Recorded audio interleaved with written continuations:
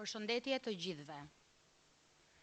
Kam kënaqësinë të deklaroj të hapur këtë tryezë pune, ku së bashku me Forumin Ekonomik të Durrësit do të prezantoj me detaje për publikun vizionin e LSI-s për ndryshimin dhe transformimin rrënjësor ekonomik dhe social të Durrësit. Së bashku me burimet njerëzore pranë LSI-s Durrës, profesionistë të fushave të ndryshme, është zhvilluar një punë intensive për një periudhë të gjatë kohe, duke marrë në analizë problemet strukturore të ekonomisë në nivel qyteti dhe qarku Durrës. Pas konsultimeve me qytetarët, sipërmarrës dhe akademik antar të botës së biznesit dhe aktor të ekonomisë së vendit, është arritur në artimin e zgjedhjeve konkrete që do të çlirojnë ekonominë në funksion të qytetarëve. Shqipëria sot po vuan prej rilindjes. Si çdo qytetar i vendit dhe qytetarët e Durrësit vuajnë papunësinë. Vuajnë ekonomikisht sepse nuk përballojnë dot koston e jetesës. Vuajnë për të mbajtur gjallë biznesin prej taksave të larta, kostove të shtuara prej armiqësisë së qeverisjes aktuale ndaj qytetarëve të ndershëm. Jeta ekonomike e qytetit dominohet nga interesat korruptiv të lidhjes mes politikës dhe bandave. Kjo ka sjell varfëri te çdo familje durrësake, ka sjell shpopullim, ka sjell humbje shprese. Në portin më të madh në Shqipëri bëhen të pabërat më të mëdha në kurrizë të vendit, kur e kundërta duhet të ishte e vërtet. Edhe përpara tërmetit dhe pandemisë, jeta në Durrës ishte në krizë. Një jetë pa perspektivë, e mbushur me vështirësi dhe pengesa për rinin, për gratë, për investitorët dhe sipërmarrësit. Projektin e rindërtimit ne kemi parë nga afër edhe me kryetaren e LSI-s. Në takimet me qytetarët, ai po përdoret për demagogji, sepse beton ka për projektin e pastrimit të parave dhe jo për ndërtimin e shtëpive të durrësakëve. E ndërsa rindërtimi është demagogji, vaksinimi është elegji. Fjalë në ajër, zero mbështetje nga qeveria. Kjo merr fund në 25 prill. Ne kemi marrë angazhimin t'ia kthejmë Durrësin qytetarëve të zakonshëm, durrësakëve të ndershëm që paguajnë taksa dhe nuk marrin shërbim, që nisin fëmijët në shkollë por s'marrin arsimim, që kanë dëshirë të jetojnë këtu por s'marrin perspektivë zhvillimi nga shteti. T'ua kthejmë atyre mira njerëzve që kam takuar në këto muaj, të cilët i natin me padrejtësinë që përballen duan ta kthejnë në forcë ndryshimi, që Durrësi të jetë shtëpia e tyre dhe jo shtëpia e mafjes dhe e krimit. Për këtë arsye, në platformën politike të LSI-s, ku kemi parashikuar krijimin e zonave të lira ekonomike me ngarkesë fiskale dhe taksa zero, kemi shprehur vullnetin për të filluar me Durrësin duke ndërtuar zonat e lira ekonomike Durrësi 1 dhe 2. Ekonomia e Durrësit është sot e mbajtur peng në duart e 3-4 individëve, të cilët përfitojnë çdo gjë duke lënë shumë pak për njerëzit. Që kjo të ndryshojë, pra që njerëzit të fitojnë, secili të marrë atë që i takon, ne duhet të çlirojmë ekonominë nga monopolet që grupet e interesit kanë krijuar. Ne duhet jo vetëm të nxisim investimet vendase, por duhet të tërheqim investimet që krijojnë punësim dhe rritje ekonomike. Duhet ta kthejmë Shqipërinë në shtëpinë e investimeve, që investitorët e huaj dhe potencial të mos shkojnë drejt Maqedonisë, Serbisë apo vendeve të tjera në rajon, por le të vinë në Durrës, të punojnë me durrësakët, të krijojnë vende pune në Shqipëri dhe të rritemi së bashku. Zonat e lira ekonomike, sipas modelit ton, duhet të mundësojmë atyre duke mundënuar çdo pengesë që aktualisht i ka ngritur rilindja investitorëve të huaj për të ardhur në Shqipëri. Ndërsa Rama nuk i do investitorët e huaj, që ekonomia shqiptare të jetë monopol i oligarkëve, me ndryshimin që vjen, ekonomia kthehet në shërbim të gjithëve. Pozicioni gjeografik i portit të Durrësit, lidhja infrastrukturore, aftësia me aeroportin dhe lidhja toksore me Kosovën dhe rajonin, së bashku me burimet njerëzore, profesionale që jetojnë në Durrës, tregojnë më së miri për potencialin e zhvillimit. Potencial të cilit i ka munguar deri më sot vullnetit nga politika që ta vendos Durrësin në shërbim të punësimit dhe mirëqenies së qytetarëve të tij. Ndërsa i gjithë programi i LSI-s ka synim kryesor punësimin e qytetarëve, ky projekt specifikisht e kthen Durrësin në motor punësimi masiv dhe të mirë paguar. LSI vjen me plane të qarta për zhvillimin e Durrësit. Dhe tani zoti Eno Karapici do të prezantoj me detaje njërin prej projekteve të zonave të lira ekonomike, Durrësi 1 dhe 2.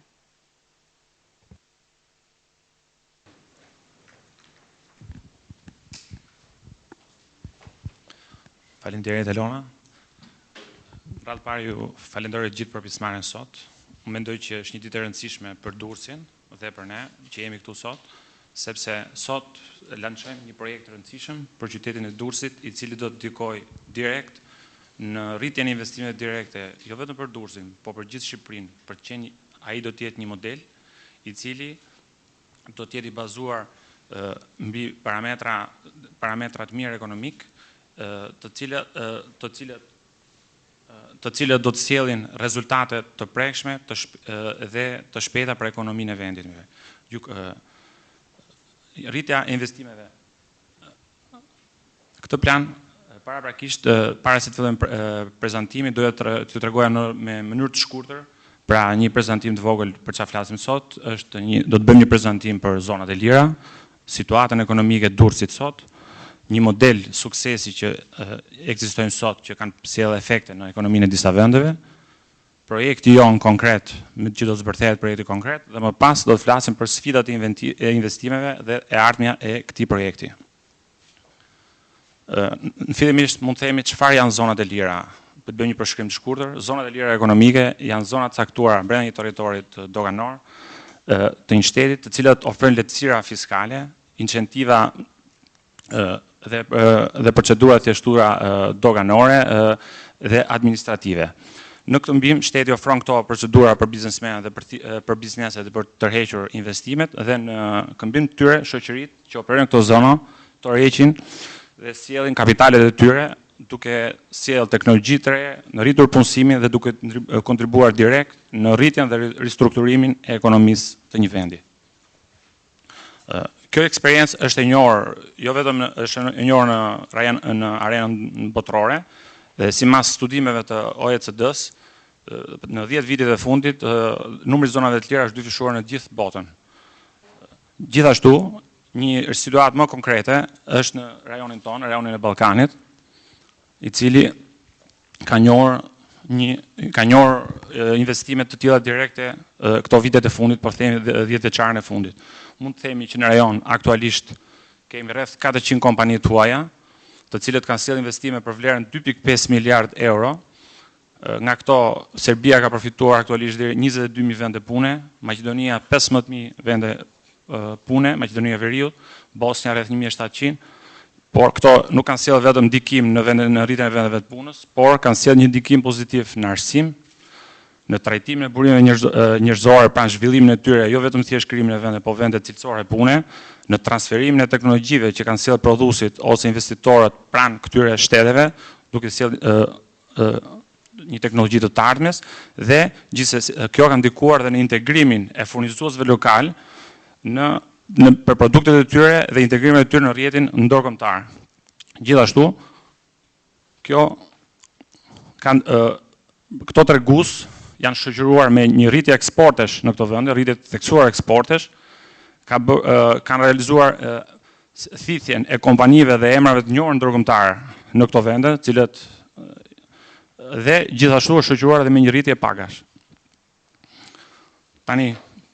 ndërkohë, para disa ditësh, ndërkohë për diskutonin me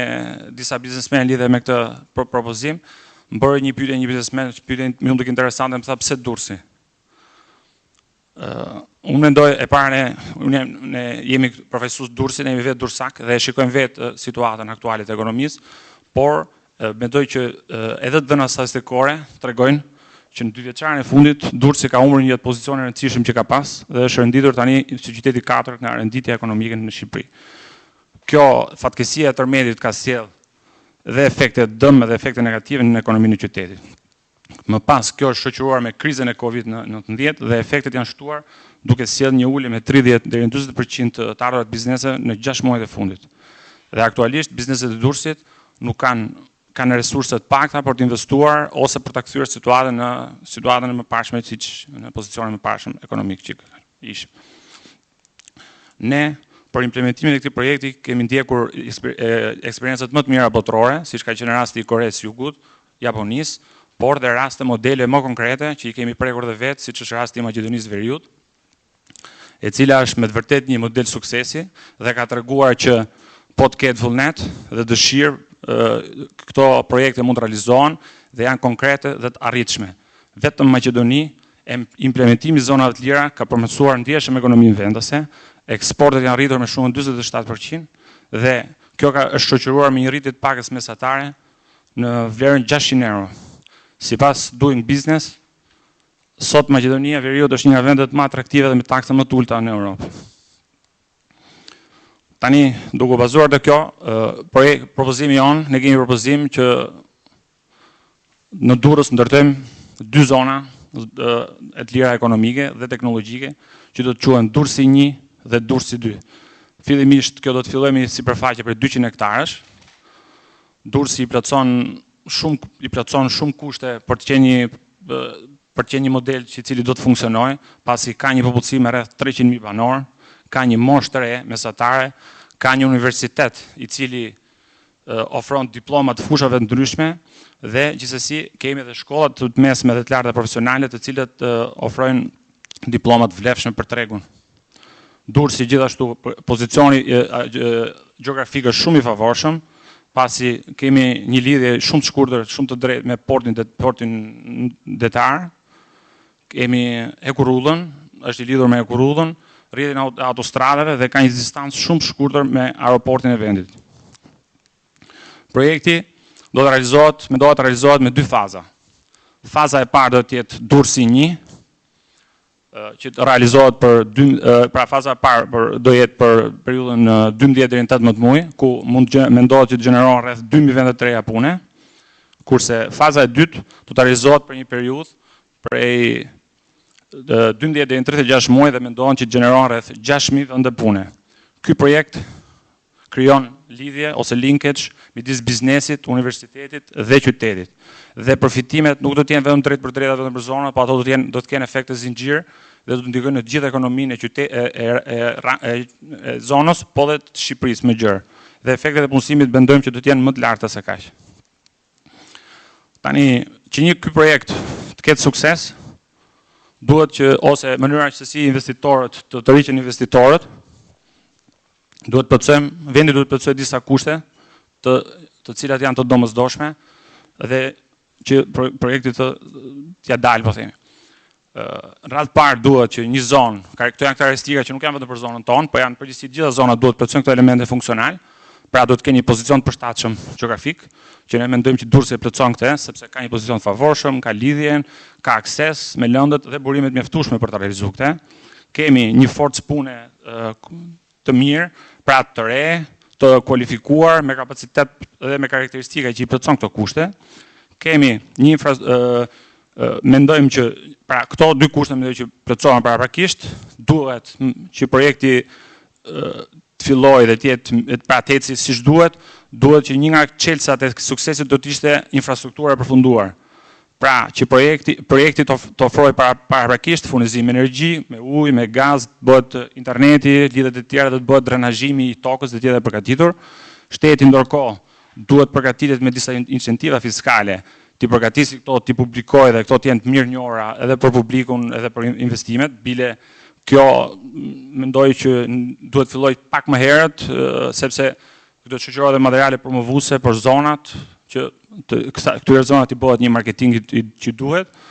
pra të realizohen incentivat e taksave, procedurat, thjeshtuara, të drejtat e pronësisë që duhet jenë këto dhe çmime konkurruese shumë të lira. Gjithashtu, kostot e tyre performancës duhet jenë të ulta, pra ne me këtë projekt duhet ofrojmë një kosto të ulta, infrastrukturë të mirë të përfunduar dhe procedura sa më të thjeshta, pasi kjo mund të sjellë vonesën në projekt dhe kjo mund të sjellë uljen e interesit të aktorëve për këtë. Dhe një element tjetër i rëndësishëm që po e përmend në fundit, po është mund të ishte nga më të parët, është që do një bazë ligjore të qëndrueshme për një periudhë të paktën 10 vjeçare me një hapësirë përmirësimi sipas nevojave të investitorëve, sepse aktualisht kemi këtë e them nga eksperjenca ime e punës përditshme, kemi ndryshime të shpeshta dhe ato nuk janë përgatitur të ndjekin ato edhe mund të sjellin ndryshime në politikat e kompanive ndërkombëtare, të cilat i kanë të mirë të përcaktuar. Për sa i përket, kjo ishte kuadri logjistik, kurse incentivat fiskale që mendojmë që janë të rëndësishme për të përmendur, janë përjashtimi për 10 vite nga tatim fitimi. Pra, tatim fitimi në zonë do të kemi një tatim fitimi për normën 0%, kurse jashtë zonës do jetë 10 ose 9%, përjashtim nga tatimi të arrët personale, përjashtim nga tatimi vlerën e shtuar dhe taksat doganore. Gjithashtu, kjo do të shoqërohet me një infrastrukturë të përfunduar, përjashtim nga taksat lokale, toka do t'jepet në përdorim për një periudhë për 99 vjet për një çmim simbolik. Gjithashtu, kjo duhet shoqërohet me grante për rritjen e punësimit dhe me kthimin në masën, mendohet që të kthimin në masën 10% investime për makineri, pajisje dhe për ndërtimin që do të marrin mbrapsht investitorë. Është e rëndësishme që të ketë kujdes dhe të ndiqet në këtë mënyrë që të gjitha incentivat do të jenë me përputhje me direktivat EBS, pasi këto kompani duhet të jenë të mbrojtura që në të ardhmen, në momentin kur transferojnë këto kapitale në vendet e tyre, të mos kenë të evitohen nga taksat e dyfishta dhe të harmonizohet licitacioni me licitacionin e shteteve të përkatëse. Gjithashtu, për menaxhimin e këtyre zonave, pra jo vetëm zonave të Durrësit, por në projektin tonë është që këto zona të shtrihen dhe qytetet e tjera të vendit, kuptohet duke bazuar mbi karakteristikat që kanë këto qytete, mendojmë që do të krijohet dhe një agjenci e menaxhimit të zonave të lira. Kjo do të kryejë disa funksione, që funksionet bazë do të jetë lidhja ose krijimi i lidhjeve midis kompanive, stakeholderave, universiteteve, shkollave dhe konsulentëve ndryshëm, të cilët do të bashkëveprojnë me këto kompani. Duhet përcaktoj kostot mira për vendodhjen, për identifikimin e projekteve, pra të ndihmoj kompanitë se ku do të vendosen, çfarë karakteristika të veçanta duhet plotësojnë për të realizuar projektin e tyre, dhe gjithashtu do të bëjë një lidhje mes kompanive vendase, të cilat do të furnizojnë këto me produkte dhe me shërbime të ndryshme për ndërtimin e kësaj. Duhet të ndjekë gjithashtu në menaxhimin e projekteve dhe infrastrukturës për të thjeshtësuar procedurat, lejet, që ato mund të ketë nevojshme, pra modeli i one stop shopit do të jetë i rekomanduar në këtë rast, që ato të kenë një lidhje drejt për drejt me agjencinë dhe në përmjet kësaj agjencie të krijohet lidhja pra vetëm një kontakt, agjencia që do të shërbej për gjithë ndjekjen e tyre. Dhe përveç kësaj në një fazë tjetër, kjo do të ndjekë kompanitë që nga krijimi i projektit, po deri në, po themi, gjatë gjithë jetës tyre, duke i mbështetur ato në problematika ndryshme që mund të lindin, që mund të jenë karakterit fiskal, të karakterit doganor, si dhe koordinim me autoritetet qendrore dhe lokale. Pra, qëllimi, agjencia do të ketë për bazë ose si funksion kryesor lidhjen e drejtpërdrejt dhe shmangjen e burokracisë. Mendojmë, ky është pak a shumë një po themi një prezantim teknik për sa i përket zonave të lira, por mendojmë që efekti i tij do të jetë i madh për qytetin e Durrësit dhe më gjerë. Ai do të sjellë një transformim ekonomik dhe social. Sepse nëpërmjet këtij projekti do të kemi gjenerimi i mirë vendeve të reja të punës, do të kemi mendojmë që do të ndikojë në frenimin e shpopullimit të vendit, do të shërbesë orientim për rinin, për profesionistët e ri dhe për të sapo diplomuar në një tregu pune të kualifikuar dhe të mirë, dhe do ta transformoj vendin në një eksportues të rëndësishëm dhe një nyje të ndërlidhëse në rajon. Nëpërmjet këtij projekti mendojmë që Durrësi do të shndrohet në një epiqendër të zhvillimit ekonomik dhe kjo më pas do të shërbejë si një model për zonat e tjera. Ky projekt kombëtar do të jetë themeli i zhvillimit qëndrueshëm për dekadat që do vijnë. Edhe mendoj që t'ju urojmë sukses dhe të bëjmë punën tonë maksimale për ta realizuar këtë. Faleminderit.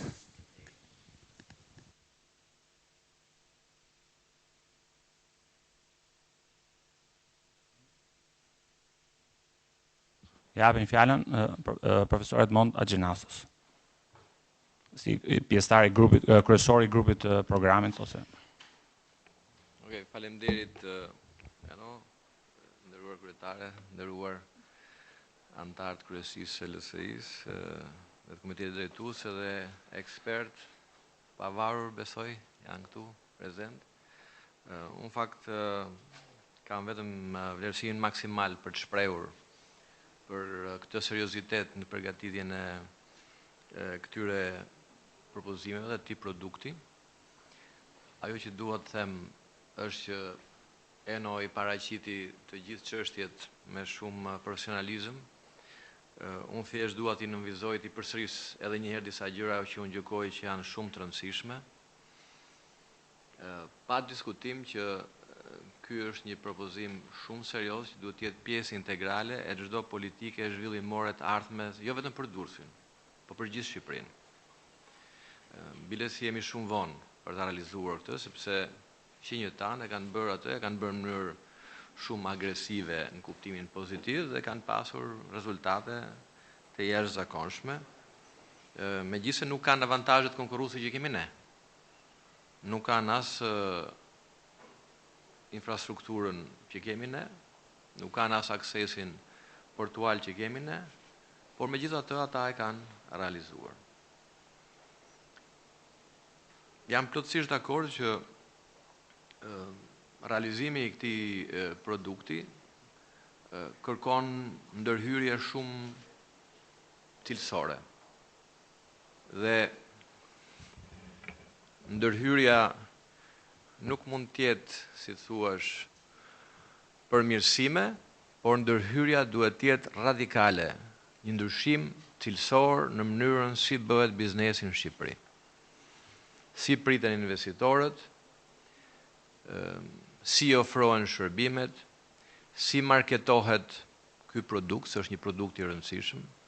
shumë i rëndësishëm të marketohet në tregun ndërkombëtar, shumë i rëndësishëm edhe në tregun e vendit, pasi patjetër duhet të krijojmë hapësirë edhe për investitorët vendas. Është e padiskutueshme që ndryshmëria e një modeli të tillë. Ne kemi në programin ton përqasjen bipartizane për çështjet të rëndësishme zhvillimore të vendit, që i kalojnë legjislaturat, sado të gjata të jenë ato, kështu që jam plotësisht dakord me Enon që kjo do të miratohet me ligj, patjetër, dhe gjithë paketa do miratohet me ligj, por që ndryshmëria e një modeli të tillë duhet të jetë një nga elementet e ligjit që ndryshimet ligjore mos bëhen në mënyrë voluntariste apo partizane, po të jenë vizionare, kombëtare dhe të qëndrueshme. Du të them gjithashtu se një koncept i tillë, ndonse ju e paraqisni me mënyrë shumë cilësore për Durrësin, është pjesë integrale e programit LSI-s. Është një nga shtyllat tona kryesore, se si është konceptuar zhvillimi i ekonomisë dhe se si ne mendojmë të krijojmë ato burimet e ardhshme të rritjes ekonomike të vendit për realizuar agendën shumë ambicioze që kemi edhe në sektor të tjerë. Pra, për punësimin kryesisht, por edhe për aspektet tjera të programit tonë që janë shërbimet publike, të cilat sigurisht do realizohen duke arritur ekonominë dhe duke krijuar të ardhura më të mëdha. Një çështje shumë e madhe që kërkon angazhim të jashtëzakonshëm është çështja e tokës. Çështja e tokës, përveç procedurave burokratike që thash që jo duan prerë, po duan transformuar cilësisht, është çështja e tokës, një çështje e cila edhe kjo besoj do kërkoj një angazhim shumë të madh në dy krahët e politikës, nuk mund të jetë një çështje e tillë pengesë e vazhdueshme për investimet e huaja në Shqipëri. Ne kemi modelin tonë, ne kemi paraqitur dy modele, të themi. Kemi paraqitur si model edhe për të menjanuar atë që toka shpesh herë është angazhuar është ngrirë në procese gjyqësore midis pronarëve, por edhe në atë tjetrën që pronarët duhet të jenë përftues jo vetëm nëpërmjet shitjes apo nëpërmjet imponimit të shitjes, siç në mënyrë të gabuar në gjykimin ton bëhet aktualisht në ato projektet gjyqa strategjike, por ata mund të jenë edhe aksioner në në gjithë paketën e investimeve dhe kështu mënyrë të vazhdueshme të kenë përfitimet përkatëse, duke çliruar edhe një problem, një peshë shumë të rëndë të që ka, më thënë, kjo pengesë për ta. Në fund dua të them që duke krijuar, ose më mirë të themi, dy pikat e fundit janë që një model i tillë na krijon një mundësi të jashtëzakonshme për të realizuar objektivin madhor që kemi, që është punësimi. Edhe në programin ton kemi parashikuar ndërhyrje shumë, themi, agresive, por kur them agresive në kuptimin pozitiv, për të mbështetur punësimin. Nuk është se kemi shpikur rrotën përsëri, po jemi të guximshëm për të realizuar praktikat më të mira, që është mbështetja drejt për drejt për vendet e punës nëpërmjet programit ton Garancia Rinore, që ka disa element që jo vetëm nxit në mënyrë të drejtë për drejtë dhe mbështet në mënyrë të drejtë për drejtë punësimin, por gjithashtu mbështet në mënyrë të veçantë, dhe këtë duhet ta bëjmë në vazhdimsi në zonat e lira, atë strukturë të ekonomisë që ne gjykojmë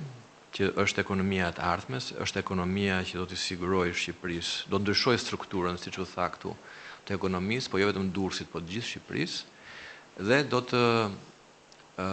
krijojë, si thuaç, sektor të ekonomisë, të cilët krijojnë një konkurrueshmëri më të lartë, ku kemi një konkurrueshmëri më të lartë, që rrisin eksportet, që rrisin konkurrueshmërinë tonë, po edhe rrisin margjin e vlerës që krijohet në Shqipëri, duke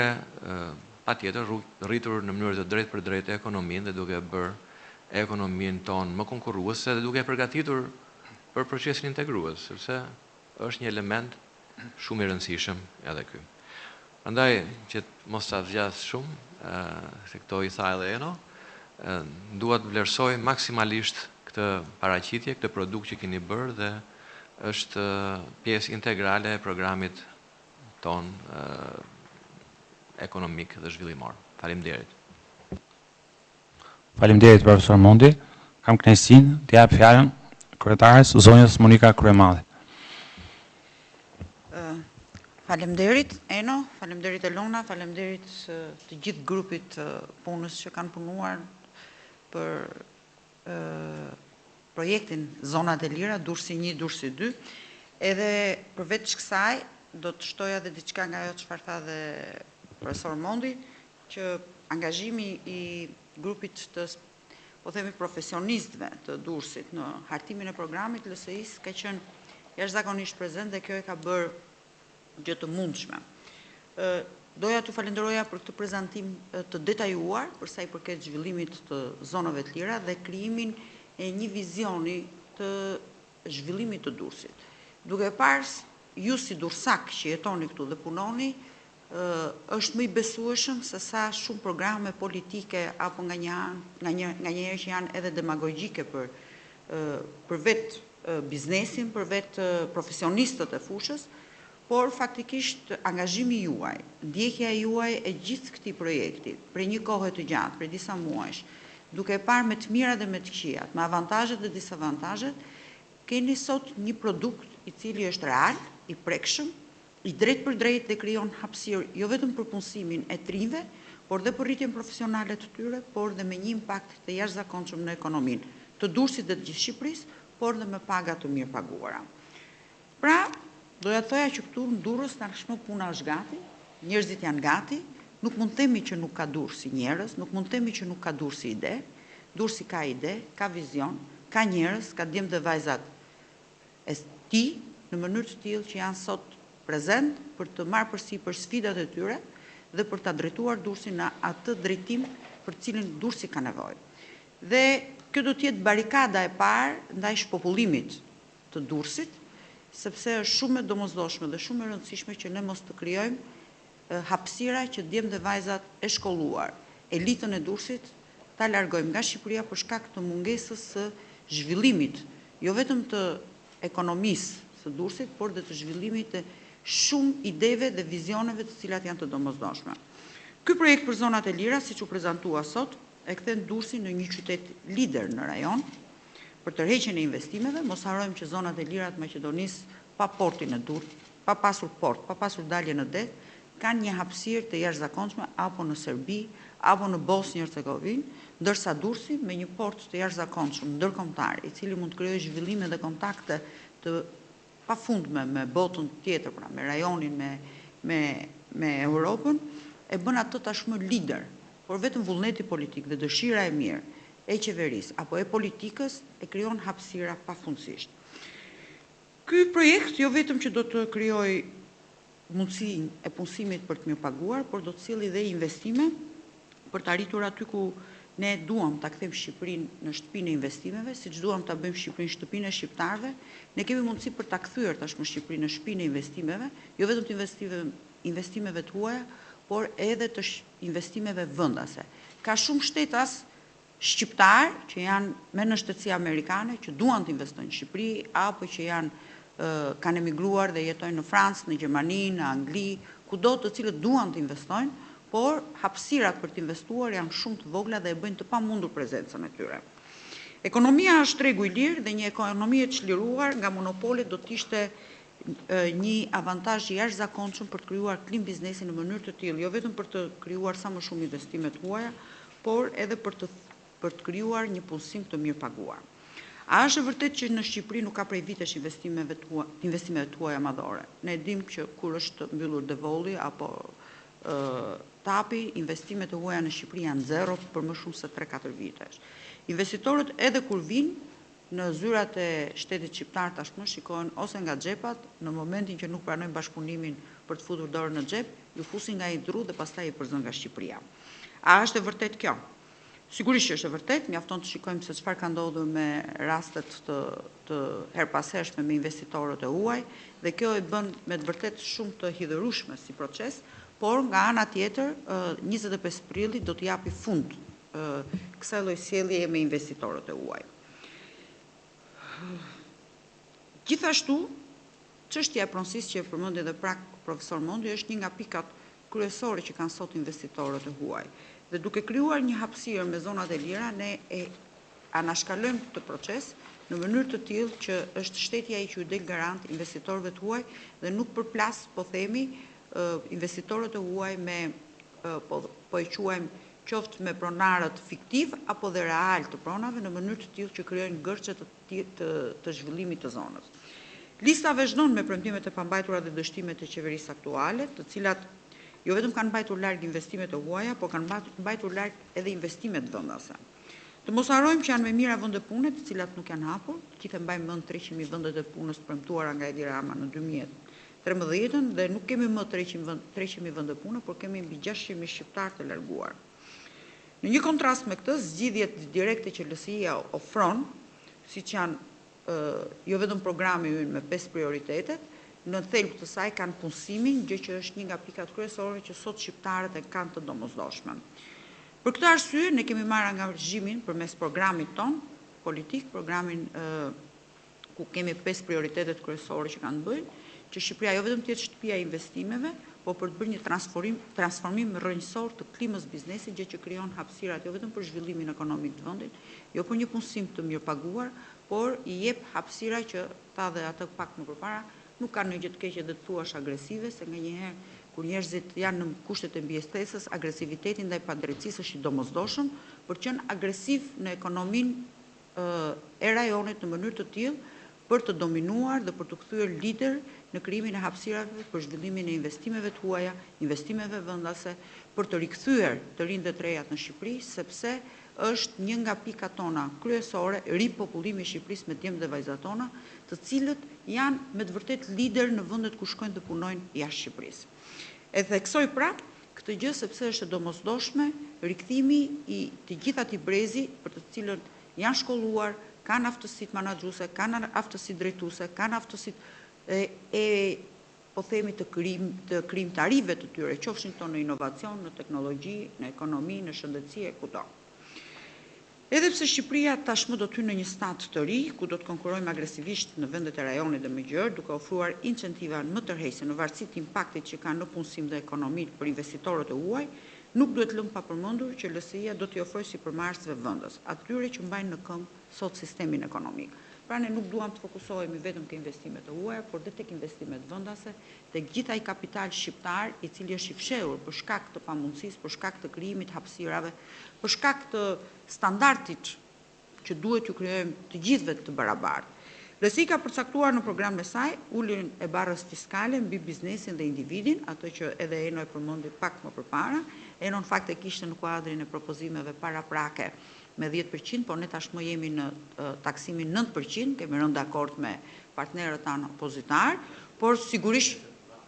por ajo duke qenë me bizneset e mëdha automatikisht pra që ka mbajtur 800 që janë mbi 2 miliard turnoverin, që do të kenë dhe taksën e të ardhmes, pra aty do të shkruajmë 9+1, ku taksa e të ardhmes do të jetë ai +1 do të jetë që shkon drejt për drejt tek arsimi, ku faktikisht kjo taks në një farë mënyrë është investimi që këto kompanitë e mëdha bëjnë për kapacitetet e tyre drejtuese apo edhe për kapacitetet e tyre duke rritur profesionalizmin tek të rinjt, të rejat, tek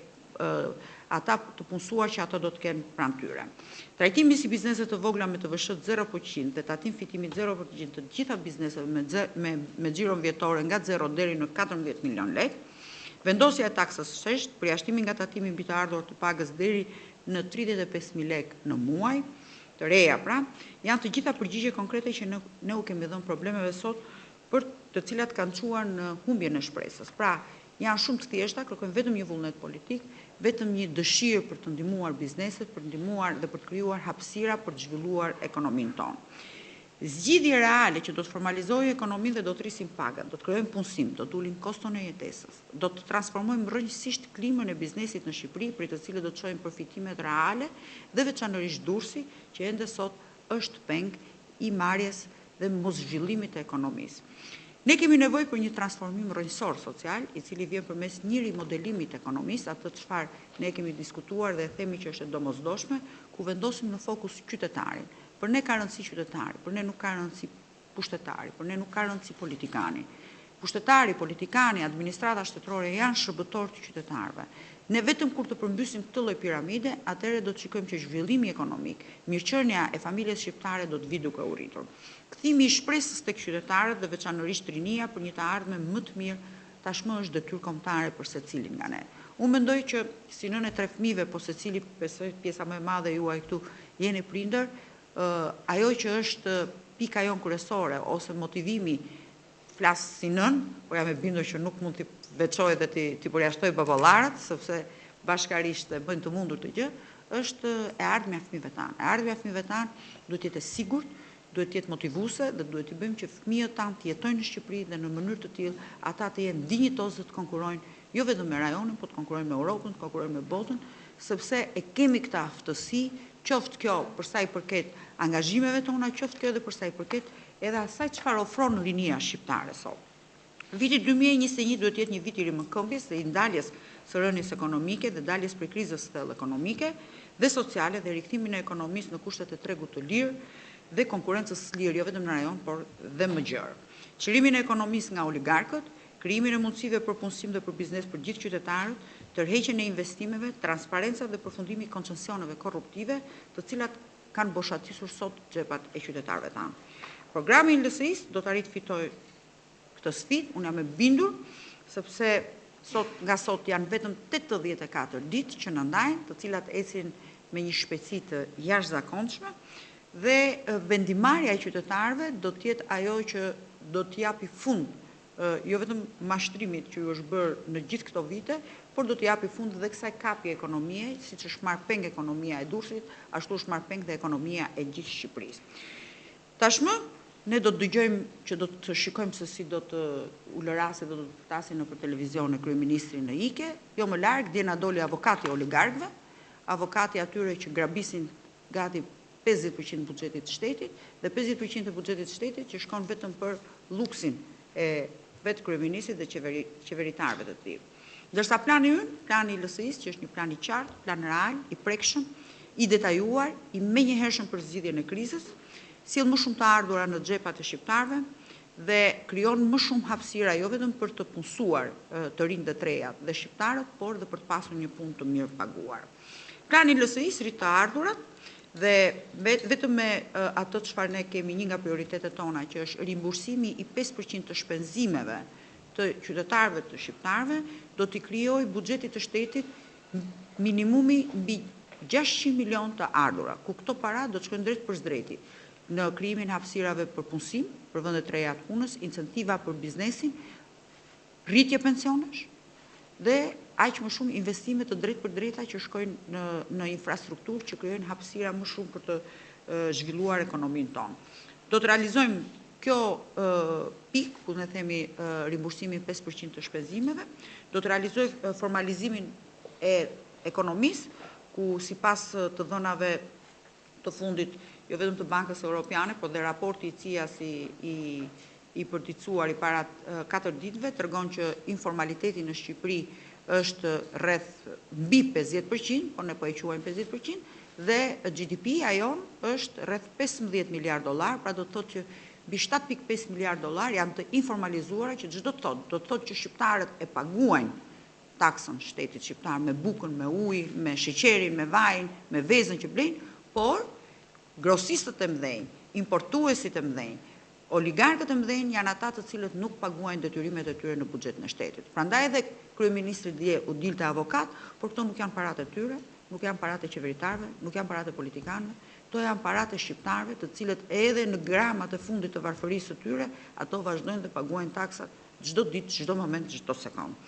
Nëpërmjet formalizimit të ekonomisë, ne ulim borxhin publik, një borxh publik i cili rëndon mbi shpatullat e fëmijëve të shqiptarëve, të cilët që kur lindin me një borxh mbi shpatullat e tyre, dhe ne kemi venduar pikën tonë që është vizionare nga bebja në bebe, që mediokriteti i qeverisë e quan absurd dhe të pamundur, por që është një gjë shumë e thjeshtë, sepse të fatkeqësisht ka sjellur Rilindja shqiptare, duke funksionuar si gjobaxhin dhe si taksidar me ekonominë shqiptare, me zhvillimin e ekonomisë shqiptare, nuk kanë prodhuar gjë tjetër, ngatarojnë trust fundet, ngatarojnë fondet e investimeve, ngatarojnë forcën dhe besimin dhe vizionin dhe dëshirën që ka një shtet për të ardhmen e kombit të tij, e ngatarojnë me koncensione të cilat janë shumë të thjeshta, pra janë ato të cilat i kanë marrë frymën e ekonomisë. Projekti i LSI-s nga bebja në bebe, ku qeveria dhe LSI-ja angazhohet me këtë projekt, në momentin që lind një bebe ngurtëson në fond investime $1.000 dhe në moshën që ai bëhet riprodhohet, pra bëhet me bebe përsëri, ai ka minimumi $25.000, të cilat i merr dhe i rikthen ato në krijimin e hapësirave për të ndërtuar familjen e tij dhe për të pasur mundësi zhvillimi në qytetin ku ai ka lindur, apo pse jo dhe në çdo vend qytet tjetër të Shqipërisë që do të jetojë. Borxhin qeveria duhet ta marrë vetëm në funksion të zhvillimit të ekonomisë qytetarëve, por ne sot borxhin nuk e marrim për të krijuar hapësira qytetarëve, ne sot borxhin e kemi marrë për të fuqizuar, për të paguar oligarkët për koncesionet e tyre, gjë që e cila 25 prill i jep fund kësaj gjëje. Duke qenë se kjo ka ndodhur gjithmonë në kurisë të qytetarëve shqiptar, ne mendojmë që kjo gjë duhet marrë fund pas 84 ditësh me 25 prill, ku t'ju bëjmë thirrje të gjithë biznesit vogël, biznesit madh, biznesit mesëm, të gjithë asaj shtrese elite të Shqipërisë që punon dhe që drejton ekonominë shqiptare në kushtet e mbijetesës, të japin fund këtij lloj uzurpimit të ekonomisë, marrjes peng të ekonomisë shqiptare, për të drejtuar drejt kutive të votimit në 25 prill dhe për ta çliruar ekonominë shqiptare. Ne si Lëvizje Socialiste për Integrim jemi shumë qartë programin ton, angazhohemi, shquhemi si e vetmja forcë politike që e mban fjalën dhe e mbajmë fjalën, sepse kjo është edhe pika jonë më e fortë, mbajtja e fjalës dhe investimi tek të rinjtë dhe të rejat. Për këtë ne angazhohemi, do t'i qëndrojmë deri në fund me 5 prioritetet tona, 5 prioritetet shumë të thjeshta, të panegociueshme. Kam dëshirë ta ritheksoj, se të gjithë më thonë pse thua të panegociueshme, janë të panegociueshme se asnjë njeri nuk mund të dalë kundër punësimit, kundër një pune të mirëpaguar, kundër krijimit të hapësirës dhe klimës biznesit për ekonominë shqiptare, për investitorët e huaj, dhe kjo është një nga pikat tona më të forta që në fakt gjithmonë Lëvizja Socialiste për Integrim me të mirat e saj, edhe me të këqijat e saj, ka qenë pranë qytetarëve dhe sidomos pranë trimëve dhe treve. Jo se kam gjë për shtresën e 2 dhe 3, ku hyn vetë ke pensionistët e radhës, në kuptimin e mirë të fjalës, jo në kuptimin e keq, por fuqizimi, energjia e brezit të ri është një nga mundësit më të mira që ne mund t'i krijojmë sot, jo vetëm ekonomisë shqiptare, po dhe të ardhmes Shqipërisë. Unë ju falenderoj shumë, ju jam shumë mirënjohëse, e di që e keni pasur shumë të vështirë për të arritur deri në këtë pikë, por gjithmonë gjërat e vështira janë dhe më të bukura, kanë edhe më shumë vlerë, kanë dhe më shumë emocion, dhe angazhimi i të gjithë stafit të këtij grupi të punës, të cilët janë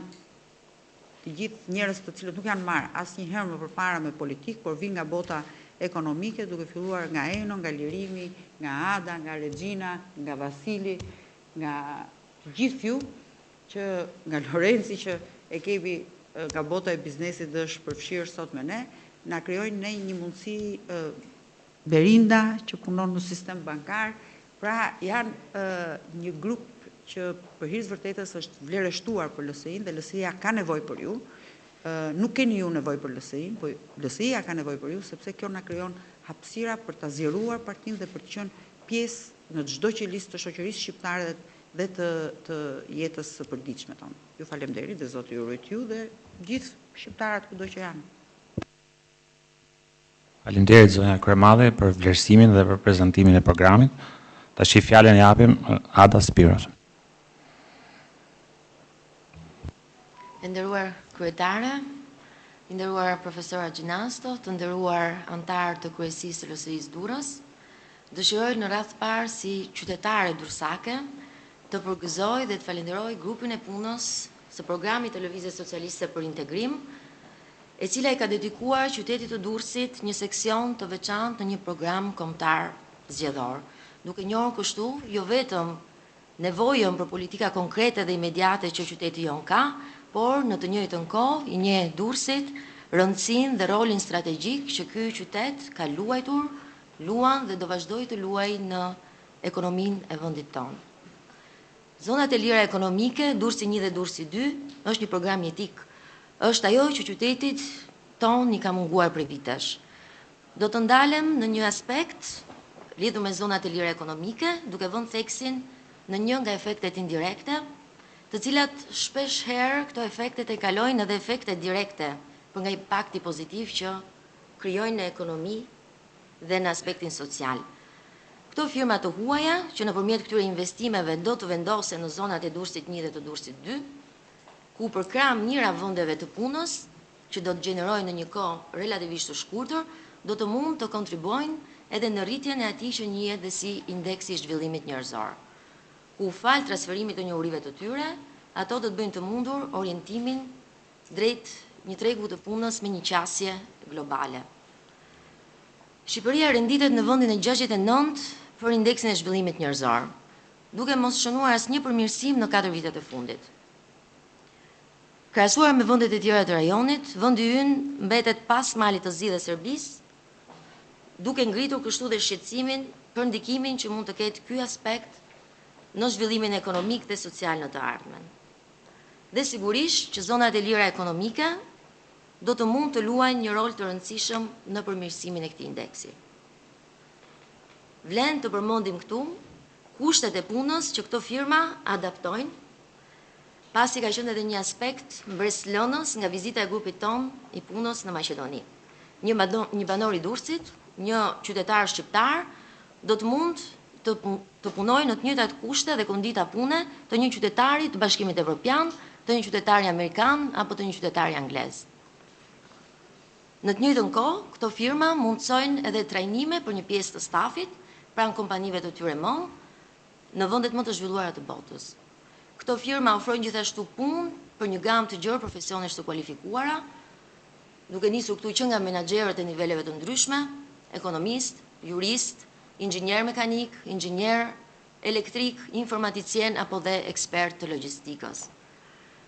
Prandaj që për të përshtatur dhe kërkesave të tregut të punës dhe të këtyre firmave që do të vendosen në këto zona, është i nevojshëm ofrimi i një sistemi arsimor cilësor në të gjitha nivelet e tij. Këtu do të përmendja dhe koherencën me të cilën janë gërshetuar edhe 5 prioritetet e programit të Lëvizjes Socialiste për Integrim, me një vizion të qartë për të krijuar kushtet e një zhvillimi të qëndrueshëm për vendin tonë. Sipas Forumit Ekonomik Botror, 65% e fëmijëve që shkojnë në shkollë sot do të bëjnë në të ardhmen një punë që ende nuk ekziston. Kjo duhet na bëjë të reflektojmë, prandaj dhe është i nevojshëm orientimi i programeve të studimit dhe i programeve mësimore të ofruara, në veçanti nga Universiteti i Durrësit, duke patur parasysh që universiteti jon ka mbi 10.000 student të regjistruar, gjithashtu dhe shkollat e mesme profesionale të qytetit tonë. Kjo kërkon një vëmendje të veçantë të programeve politike, të partive politike, duke u bërë kështu,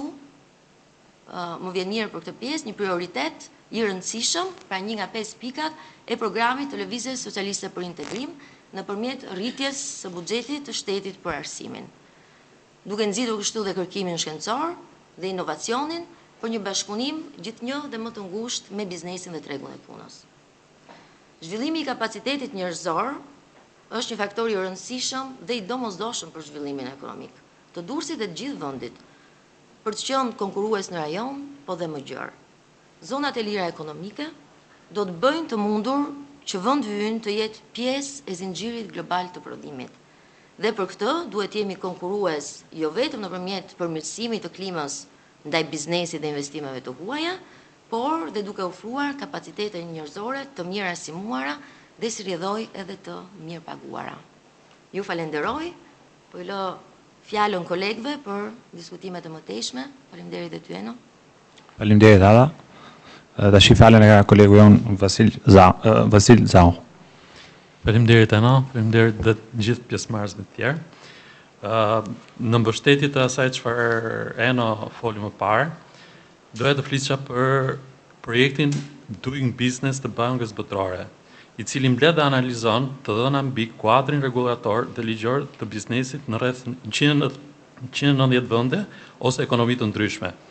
Kërkimet të cilat kanë si synim krahasimin dhe rankimin e këtyre ekonomive sipas kriterit Easy of Doing Business ose thjeshtësia e bërit biznes. Sipas studimit të bërë nga Doing Business për vitin 2020, në rankimin ndërkombëtar Shqipëria pozicionohet në vendin e 82, duke lënë pas vendet e botës së tretë. Ndërsa duke bërë një krahasim me vendet e rajonit, Shqipëria zë vendin e fundit, ndërkohë që në vendin e parë qëndron Maqedonia e Veriut, e cila në rankimin ndërkombëtar rendithet e 17-ta, e ndjekur nga Serbia, Malizi, Kosova, Greqia dhe në fund Shqipëria. Me një rankim të tillë, në arenën ndërkombëtare, asnjë firmë prestigjioze nuk do donte të investonte në një mjedis si Shqipëria, ku të bërit biznes vështirësohet shumë për shkak të burokracive që ekzistojnë në administratë. Disa nga faktorët kryesorë që kanë rënduar në klasifikimin e Shqipërisë janë procedurat e lejeve të ndërtimit, sipas të cilit Shqipëria pozicionohet në vendin e 166, pasi burokracitë janë të shumta dhe kozjatja e marrjes së lejes është mesatarisht 324 ditë. Më pas vjen lidhja e energjisë elektrike, njësoj si lejet e ndërtimit kanë procedura të tezë zgjatura dhe për më tepër nuk ka siguri në furnizim dhe as transparencë në tarifim. Vazhdojmë me regjistrimin e pasurisë së paluajshme, i cili konsiderohet shumë i kushtueshëm nga Doing Business, edhe pse dokumentacioni është i rregullt. Gjithashtu, ngre pikpyetje mbi saktësinë e dokumentacionit të lëshuar nga ASHK-ja. Një tjetër pikë është mbrojtja e investitorëve në minorancë, duke qenë se Shqipëria është shumë mbrapa nga pikpamja e tregtimit të letrave me vlerë, rrjedhimisht edhe ligjet që rregullojnë marrëdhëniet e aksionerëve i ka inekzistente. Tjetër gjë është pagimi i taksave kombëtare dhe vendore sipas Doing Business ka frekuencë shumë të lartë dhe rrjedhimisht kërkon shumë impenim nga biznesi, ndërsa procedurat e rimbursimit të TVSH-s janë zvarritëse. E fundit, por jo nga rëndësia, është ekzekutimi i kontratave në gjyqje është një nga kriteret më decisive, pasi përveç se procesi gjyqësor zgjat përtej nevojës dhe logjikës së biznesit, gjë që çon në rritje të kostos, cilësia e procesit dhe vendimit gjyqësor vjen në mëdyshje. Sipas studimit të Doing Business, Shqipëria po ecën shumë avash me reformat për rritjen ekonomike dhe për përmirësimin e mjedisit për investitorët e huaj. Kjo është arsyeja që gjatë këtyre 4 vjeteve të fundit, jo vetëm që nuk ka patur investime të huaja direkte, por edhe ato që kanë qenë janë larguar. Prandaj krijimi i zonave të lira është domosdoshmëri, pasi eliminon burokracitë duke kanalizuar të gjitha kërkesat e biznesit në një institucion të vetëm, të specializuar dhe autorizuar për zgjidhjen e nevojave të biznesit. Pasi ky projekt të jetë të shndrohet në histori suksesi, do të ndikoj pozitivisht në raportin e Doing Business, duke pozicionuar Shqipërinë në vende favorizuese për rritjen e investimeve të huaja. Faleminderit. Faleminderit Vaso. Tani fjalën e ka kolege Regjina Leka.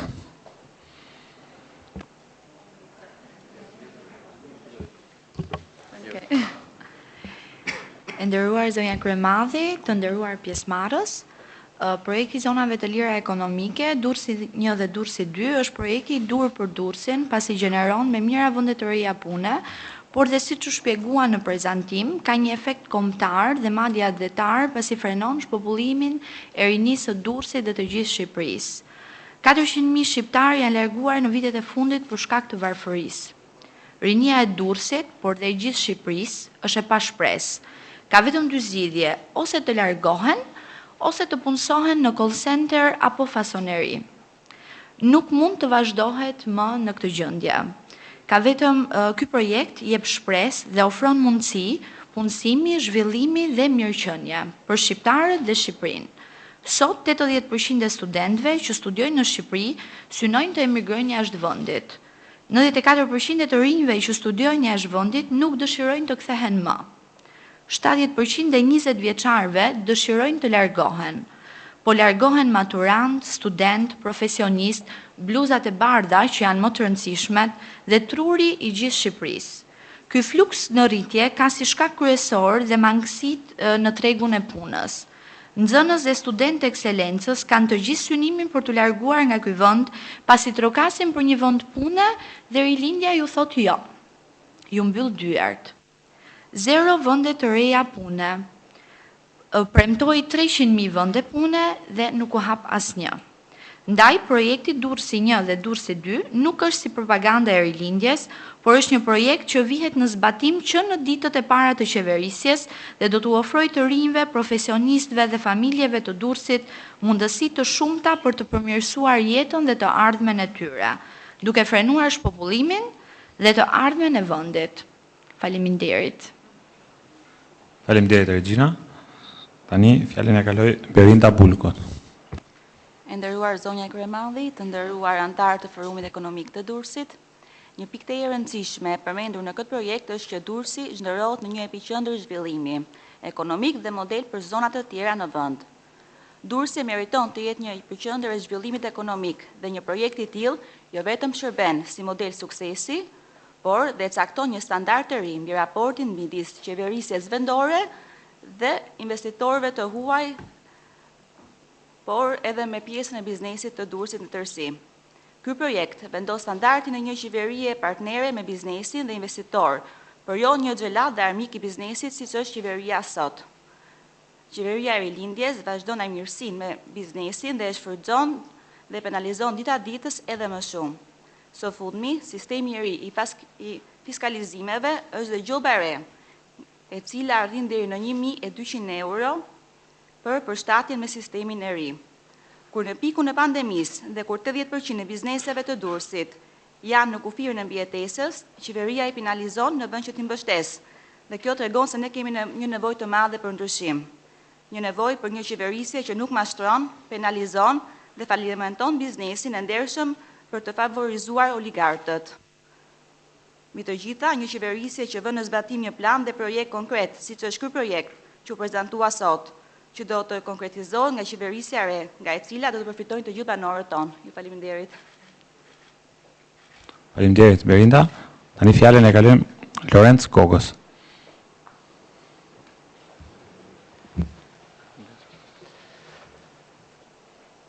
E nderuar zonja Kryemadhi, e nderuar zonja Guri, të nderuar të pranishëm, miqë dhe bashkëqytetar Durrësak. Dëshiroj rrallë të parë të filloj këtë ndërhyrjen time duke falendëruar organizatorët e këtij takimi dhe në veçanti zotin Karapici, të cilët na mundsuan mbledhjen në këtë tryezë për diskutuar mbi ide konkrete për zhvillimin e ekonomisë së qytetit tonë dhe jo vetëm. Dua të theksoj që iniciativa të tilla nënvizojnë dëshirën tonë të përbashkët për një politikë të re, për një politikë që qëndron pranë qytetarëve dhe punon për ta, për një politikë që qëndron pranë bizneseve dhe u rikthen atyre dinjitetin e humbur gjatë këtyre viteve të fundit. besoj që dialogu mes palëve dhe propozimi iniciativeve konkrete është e vetë mjekur që kemi sot për të mjekuar plagën e thellë ekonomike dhe sociale në cilën ndodhemi. Dëgjova me vëmendje prezantimin e zotit Karapici për zonat e lira, të cilat padyshim do kenë një efekt më se pozitiv për qytetin tonë.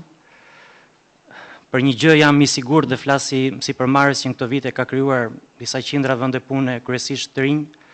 që Durrësi dhe Shqipëria ka dy mundësi konkrete që duhet shfrytëzojmë për të qenë kompetitiv në rajon dhe më gjerë. E para është tërheqja e kapitalëve nga jashtë, duke shfrytëzuar pikërisht projektin që sapo diskutuam të zonave të lira. Më lejoni të them që përveç të tjerëve dhe këtu lidhem edhe me atë çfarë tha zonja Spiru pak më parë, kjo kërkon edhe një proces orientimi më të kualifikuar dhe më të mirë organizuar për të rinjtë tanë drejt një shkollimi që duhet të ketë si qëllim injektimin e njohurive dhe aftësive të nevojshme për të qenë konkurrues në treg dhe për të rezultuar sa më tërheqës në sy të investitorëve të huaj. Pra, është shumë e rëndësishme klima fiskale, është shumë e rëndësishme që kompanitë e mëdha të huaja vinë sepse gjejnë komoditete dhe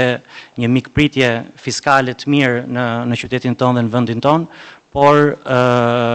më besoni që po të njëjtën rëndësi ka edhe mundësia që ato të kenë, që nesër pas nesër të kenë një treg të burimeve njerëzore të kualifikuar. E kam vënë re edhe tek përqindjet që kam në kompanitë e mia të rinjve, ku kemi një përqindje shumë të madhe të rinjsh me një shkollim shumë të mirë, por ama duhet kuptojmë që po shkojmë drejt një ekonomie globale ku kërkohen profesione të reja dhe ne kemi përgjegjësinë, politika ka përgjegjësinë që këta të ri të mirë orientohen, pra kur mbarojnë shkollën nëntëvjeçare, kur mbarojnë shkollën e mesme të dinë mirë se cilat janë sfidat e së ardhmes dhe se çfarë duan kompanitë për të vazhduar veprimtaritë e tyre. Pra, pjesa e burimeve njerëzore dhe orientimit të rinjve është shumë kryesore për vendin tonë. E dyta që ka të bëjë me kompanitë vendase, me sipërmarrjet vendase, është fuqizimi i Shqipërisë në sektorin agroalimentar dhe agroturizëm, pra Made in Albania, sepse është një sektor ku e kemi më të lehtë për të konkuruar me vendet e huaja për shkak të klimës së favorshme dhe pozicionit tonë gjeografik. Një ndër iniciativat që mund të ndërmarrim dhe që mund të përcjell benefite të mëdha, sidomos për një qytet si Durrësi, është krijimi një regjimi cilësie për produktet tona, duke krijuar disa patentime për produktet e prodhuara me lëndë të parë të një zone të caktuar. Krijimi i një procesi të tillë kontrollon dhe garanton produktin duke bërë më të shitshëm në tregun vendas dhe më e rëndësishmja duke garantuar cilësinë e tij edhe në tregjet jashtë vendit, pra të japi mundësi bizneseve tona që të eksportojnë. Dua ta mbyll ndërhyrjen sepse çfarë nuk dëgjojmë kohët e fundit, por do ta kemi shumë të rëndësishme, pra politika jonë do ta ketë shumë të rëndësishme që synimin ta ketë drejt perëndimit, sepse ajo është shtëpia e shqiptarëve, ajo është shtëpia ku ndjehemi, mendoj ideologjikisht, shpirtërisht dhe pse jo ekonomikisht dhe politikisht afër. Nuk jam kundra mundësisë për të shitur produkte edhe në tregje tjera, por fokusi ymë do të jetë gjithmonë perëndimi. Faleminderit. Faleminderit Lorenz. Fjalën e japim edhe një herë zonjës Kryemadhi. Në fakt, dua ta falenderoj Lorencin sepse vjen nga bota e biznesit dhe si rrallë biznese dalin haptas për të dhënë idetë të tyre në partitë opozitare dhe kjo është një mentalitet që nuk duhet ta ndryshojmë, sepse shteti duhet të jetë gjithmonë partner me biznesin, jo duhet të jetë armik. Ato çfarë Lorenci ngriti faktikisht dhe që tha tërheqjen e kapitaleve nga jashtë është shumë e domosdoshme, por edhe përgatitja e profesionistëve të rinj, ato që dhe profesoresh Ada ku tha 65% e fëmijëve tanë që lindin sot apo që janë në shkollë nuk e dinë se çfarë profesioni do të kenë nesër sepse nuk ekziston ai lloj profesioni. Kjo është një nga 5 prioritetet tona që është programi Mëso dhe Fito, gjë që i krijon hapësirë të rinjve tanë që në kuadrin gjatë kohës periudhës që ata janë në shkollë të përfshirë në biznese, ku qeveria, pra shteti, të ndërhyjë dhe të subvencionojë apo të nxjisë biznesin në mënyrë të tillë që të ketë mundësinë që një gjimnazist apo një student të kualifikohet dhe ndërkohë të ketë edhe mundësinë ekonomike dhe të ketë mundësi për të ndihmuar familjen apo xhepin e tij, se s'mund themi ne që të rinjt nuk do të shijojnë jetën. Unë në kohën time kur kam qenë studente kam bërë edhe shkollë, kam bërë edhe pak qef. Sigurisht që nuk mund të bësh vetëm shkollë edhe të mos pra janë të dyja që ndërthuren bashkë për ta shtensionuar më shumë, këtë e them, por edhe ajo që thamë për produktet të vendase Made in Albania është tek karta e fermerit. Ne kemi ngritur që një nga problemet sot produktet tona shqiptare nuk plotësojnë as 30% të kërkesave të tregut që konsumojnë shqiptarët, qoftë tek mishi, qoftë tek perimet, qoftë tek bulmeti, tek shumë gjëra të tjera, kur 80% të produkteve që konsumojnë shqiptarët janë produkte importi, sepse për shkak të politikave që ne kemi, për shkak të taksave të larta, për shkak të çmimeve të larta që kanë fermerët shqiptar, qoftë tek pesticidet, qoftë tek hartimi dhe ndërtimi i serave të tjera me radhë. Sigurisht që ne këto janë, prandaj kemi vendosur si 5 prioritete të panegociueshme, sepse janë gjëra të cilat nuk kërkojnë kosto buxhetore, kërkojnë vetëm vullnet politik. Nuk po themi ne që do dyfishojmë pensionet, sepse nuk mundesh të thuash që do dyfishosh pensionet për shkak se sa janë të ardhurat sot në buxhet shtetit. Nëse ne nuk rrisim të ardhurat në buxhetin e shtetit, normal që e ketë pamundur të dyfishosh pensionet, të dyfishosh rrogat, të krijosh investime. Por nga ana tjetër, ne mund të themi formalizimi i ekonomisë shqiptare rrit buxhetin e shtetit, por duke krijuar hapësira për të zhvilluar ekonominë shqiptare, duke hequr gjithë barrierat që ne kemi bërë prodhimit vendas, duke krijuar, po themi, sepse ne kemi krijuar hapësira për importet dhe nuk kemi krijuar hapësira për biznesin shqiptar. Pra, një produkt importi vjen më lirë në Shqipëri se sa produkti shqiptar për shkak të politikave që ndjek qeveria, sepse favorizon 2, 3 apo 4 importues. Pra, grosistët e mëdhenj. Kjo është një politikë shumë e thjeshtë, pra ne pasurojmë 4 veta dhe varfërojmë me qindra dhe mijëra biznese. Ku, ndërkohë, ne themi, le të pasurohen 3 milion shqiptar dhe le të jenë të barabartë edhe këta 5 grosistët si gjithë shqiptarët e tjerë. Mos të jenë ky polarizim kaq i madh në ekonominë shqiptare. Dhe një nga pikat më kryesore është që angazhimi i investimeve apo investitorëve si puna Lorencit që krijojnë hapësira për të rinj është jo vetëm thjesht ajo që tha dhe Regjina call center apo fason. Këto janë sot të domosdoshme për momentin sepse ka studentë të ekselencës, të cilët në pamundësi për të punuar, shkojnë punojnë në call center për shkak të një page, por harrojmë gjithë mënyrën tjetër se si funksionon. Ti je student ekselencë i ekonomisë apo i shkencave të natyrës dhe ti përfundon në një call center për shkak të një pagese që ai ka. Ku ndërkohë ne kemi Vasilin vet, themi një nga viktimat po themi të standardit politik, të përzgjedhjes me politik, student ekselencë, mbaruar jashtë shtetit, fituar gjitha konkurset për administratë publike apo në Bankën e Shqipërisë dhe nuk merret në punë për shkak sepse ka gjithmonë në përzgjedhjet e rasteve të tilla janë përzgjedhje që vijnë me karaktere politike. Pra, krijimi i këtij lloj standardi ne e kemi prioritare dhe kemi edhe të fokus kryesor. Kështu që ndoshta më falni që ndërhyra, po doja që ta ritheksoja për çështjen e 5 prioriteteve të LSI-s, 5 prioritete në 5 muaj të panegociueshme për të bërë Shqipërinë shtëpinë e shqiptarëve. Faleminderit zonja Kryemadhi, zoti Haxhinaso për mbështetjen që i dha i takimit sotëm. Gjithashtu falenderoj edhe bashkëpunëtorët tonë. Po, patjetër zoti. Po këto i kemi Durrësit me fjalë. Ne jemi grupi Durrësit, jemi gjithë bashkë me fjalë grupit. Gjithashtu edhe gjithë anëtarët për kontributin dhe për mendimet që kanë dhënë gjatë organizimit të punës. Jeni një grup shumë i mirë. Unë që drejtoj qarkun e Firit dhe të Elbasanit si grup fushat elektorale, bëhemi shumë xheloz dhe do të rrisim konkurrencën, sepse cilësia e materialit, e ideve dhe vizionit tuaj është me të vërtet për të pasur zili në kuptimin e mirë fjalës, jo në kuptimin e keq, të nxisim edhe ide të tjera, ashtu siç në Durrës ne jemi të qartë me një program të qartë, me një vizion të qartë për zhvillimin, të krijojmë hapësira edhe për shumë qarqe të tjera, siç është për Fierin, që ka naftën, ka bujqësinë, për Elbasanin për zhvillimin e industrisë, për Beratin për turizmin dhe për shumë zhvillime të tjera dhe për shumë hapësira për Vlorën që ka turizmin, edhe Selenica që është po prapë që rëra bituminoze Selenicës shtron gjithë rrugët e Parisit edhe gjithë rrugët e Europës dhe nuk shtron rrugët e Shqipërisë, e kështu me radhë, pra t'i mbledhim të gjithë ideatorët, të gjithë njerëzit që kanë ide, të gjithë njerëzit që kanë vizion, pa dallime bindjesh politike dhe ta kthejmë në funksion të Shqipërisë që është shtëpia e gjithëve. Faleminderit. Para se ta mbyll takimin, doja të kam ka rëshit pa përmendur dhe një Bora Braga, e cila dhe ajo ka dhënë kontributin e vet, do më falni mi fjalë për e kemi shumë aktive me fjalë. Dhe mase do t'japin dhe me gjithë po e zgjasim gabimisht, do t'japin dhe 2 minuta një pak kohë Borës të diçka se është përgatitur, do më falni zgabimi. Nuk ka problem, faleminderit Eno.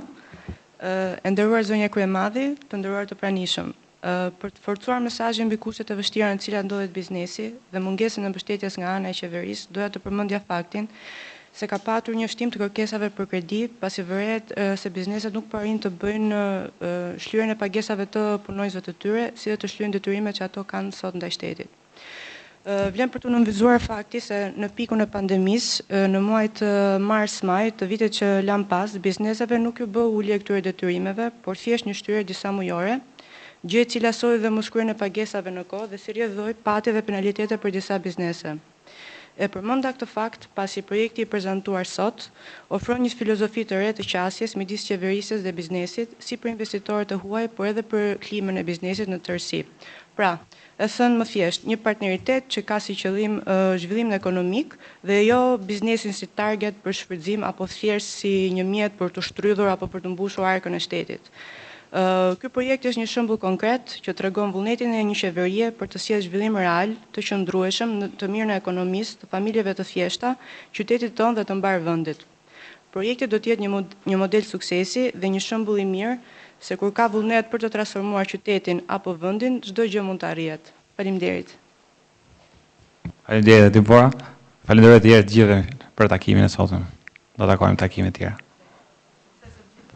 Faleminderit.